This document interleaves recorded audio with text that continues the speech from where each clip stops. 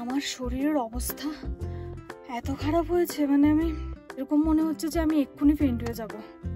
এরকম অবস্থা, শ্বাস নিতে প্রচন্ড কষ্ট হচ্ছে।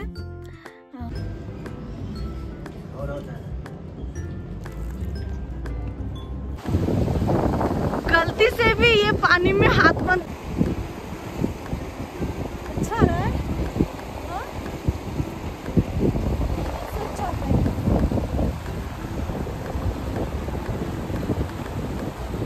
Hello hello hello, welcome to রূপকথা.in। তো সকাল সকাল আমরা বেরিয়ে পড়ছি জিরো পয়েন্টের উদ্দেশ্যে, যেখানে যাওয়ার সবচাইতে এক্সাইটমেন্ট বেশি আমাদের। তো উপর দিয়ে না হেলিপ্যাড যাচ্ছে, এটা মানে অলমোস্ট নেয়ার টু চায়না বর্ডার। তো অলওয়েজ হেলিপ্যাড নাকি মানে চেক করতেই থাকে। তো কালকে আসার পর না এখানে প্রচণ্ড ঠান্ডা ছিল, আমাকে মাফলার কিনতে হয়েছে, ওকে টুপি কিনতে হয়েছে, ভাইকে কিনতে হয়েছে। মানে অলমোস্ট আমরা ঠান্ডায় জর্জরিত ছিলাম। কান দিয়ে হাওয়া ঢুকছে, সামনে দিয়ে হাওয়া আসছে, একটা কনকনে বাতাস যেন বয়েই যাচ্ছে। তো যাই হোক, এখন আমরা বেরিয়ে পড়বো। ঘড়িতে বাজে প্রায় 7:10, 7:15। এখন তোমরা প্রচণ্ড রোদ দেখতে পাচ্ছ। আর সেই যে ওখানে যে পাহাড়ের চূড়াটা দেখা যাচ্ছে, কালকে আসার পর কিন্তু ওই চূড়াটায় বরফ ছিল, এখন দেখা যাচ্ছে না। যখন দেখা যাবে আমি তোমাদেরকে দেখাবো। আর আজকে জিরো পয়েন্টে বরফ পাওয়া যায় কি না সেটাই দেখার বিষয়। তো চলো, এবার আমরা অলমোস্ট রেডি। তো চলো, লেটস গো।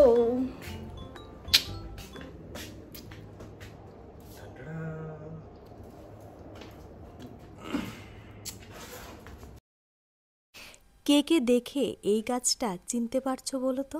আপেল গাছ। জীবনে প্রথমবার আপেল গাছকে এত কাছ থেকে দেখা। আরও সামনে কয়েকটা আছে জানো তো, কিন্তু হাতে যে আপেল পারবো সেই ব্যবস্থাটা নেই। তো এখন আমরা ব্রেকফাস্টে চলে এসেছি, দাঁড়াও দেখি কি আছে।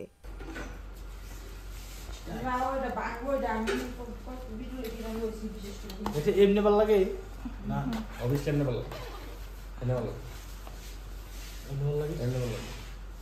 এমনি এমনি দেখো, ঠান্ডা লাগে কে লাগে।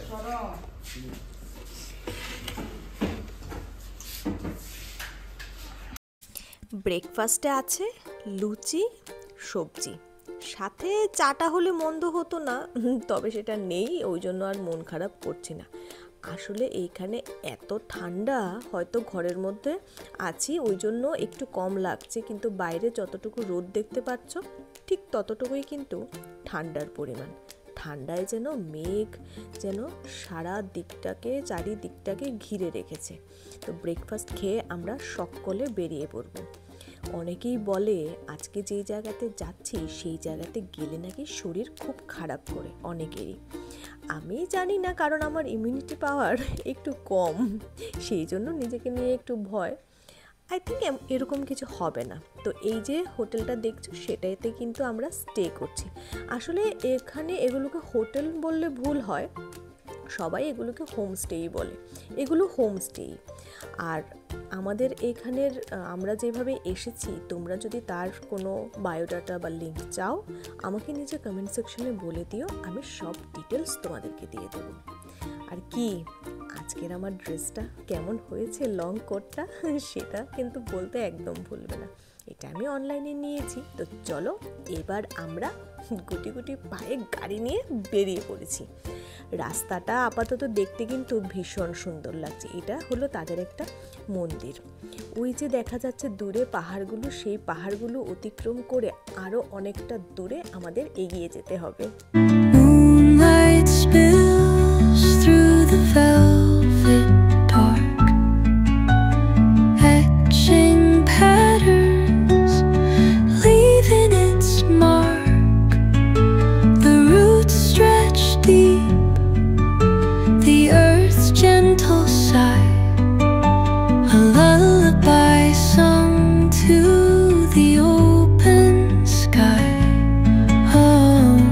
With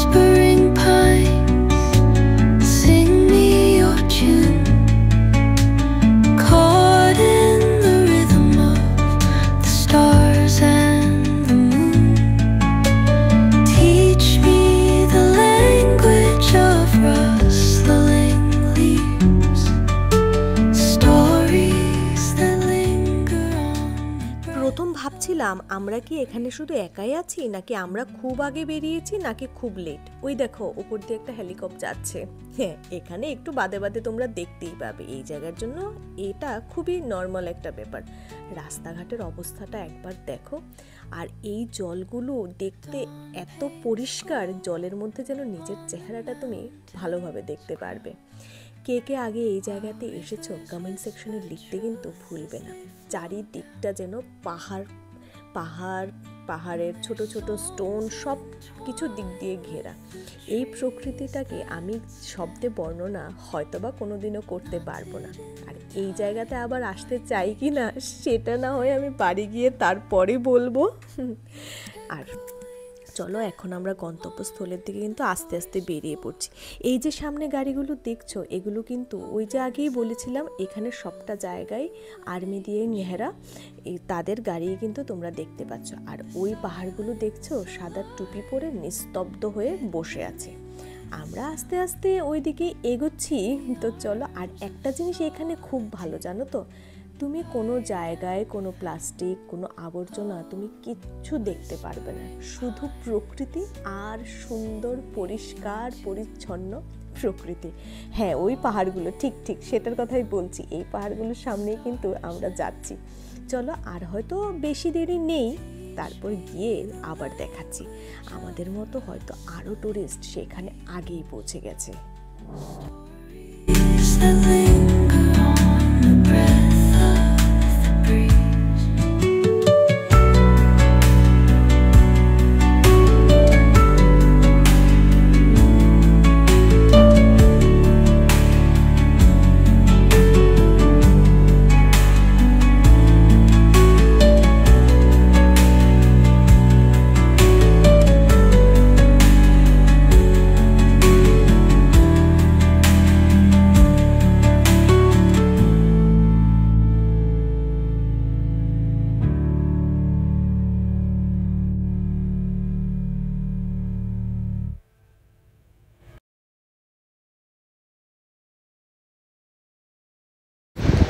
তোমরা এখানে রোদ দেখতে পাচ্ছ, দ্যাট ইজ ফাইন, বাট এত ঠান্ডা, মানে আমাদের তো কারো কারো মাথা ঘুরছে, শ্বাস নিতে প্রবলেম হচ্ছে, এতটাই ঠান্ডা। মানে না আসলে কেউ ভিডিও দেখে বুঝতে পারবে না যে কতটা ঠান্ডা।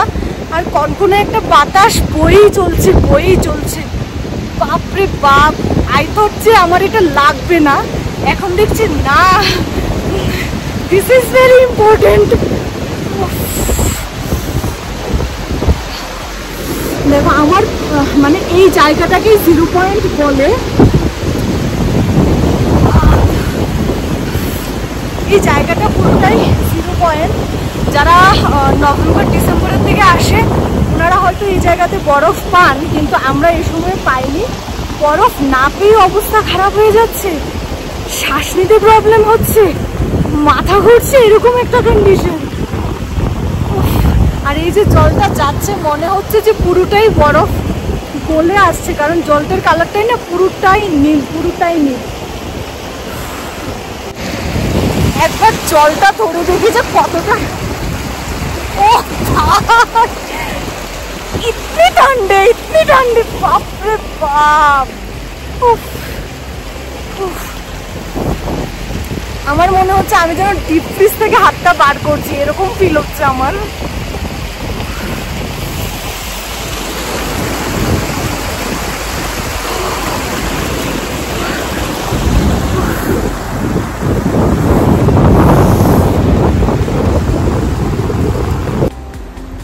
অনেক দূর থেকে ও আসছে, ওকে আমি ডেকে নিয়ে আসছি। একবার অবস্থাটা দেখো, ওর কিন্তু ঠান্ডা লাগার প্রচন্ড ধাত আছে, তার ওরও মাথা ঘুরছে, আমারও ঘুরছে।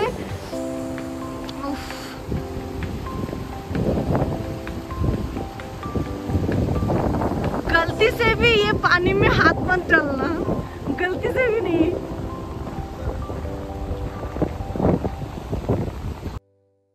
Under the boughs where the shadows play, the wind hums songs at the break of day, whispering pines secrets on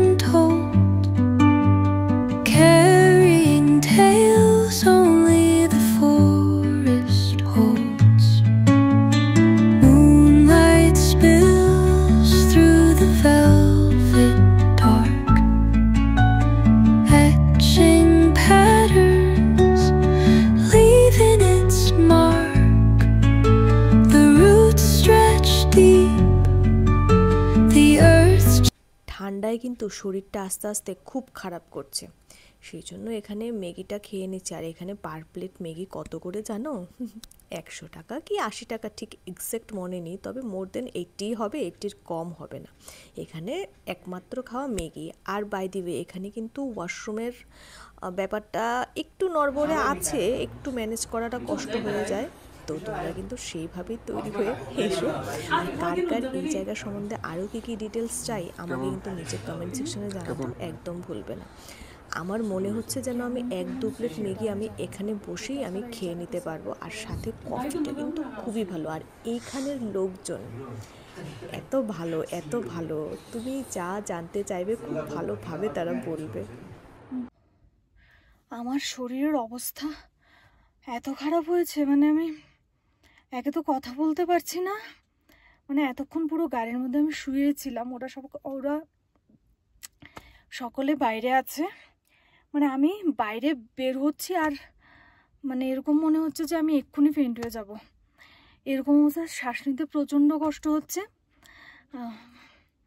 মানে কি বলবো। আর ঠান্ডা তো তুমি ছেড়েই দাও, ঠান্ডার কথা বলে লাভ নেই, হাত একদম বরফ হয়ে আসছে আর প্রচণ্ড শ্বাস নিতে প্রবলেম হচ্ছে। আর তার উপর মাথার উপর এত রোদ, মানে সবটুকু মিলিয়ে আমি যদি বাইরে 5 মিনিটও দাঁড়াই আমার অবস্থা আর কিছুই থাকবে না। আমি এখানে ফটো 1-2 ছাড়া তুলতেই পারিনি, আর ভিডিও কি নেব, আমি শরীরকে ধরে রাখতেই পারছি না। ওকে অনেক কষ্ট করে 1-2 ফটো তাও জোর করে, ও বলছে যে লাগবে না তোমার, তুমি গাড়িতে গিয়ে বসো। তো ভাবলাম এই জায়গাতে এসেছি এতটা দূর, 1-2 স্মৃতি না রাখলে হয়।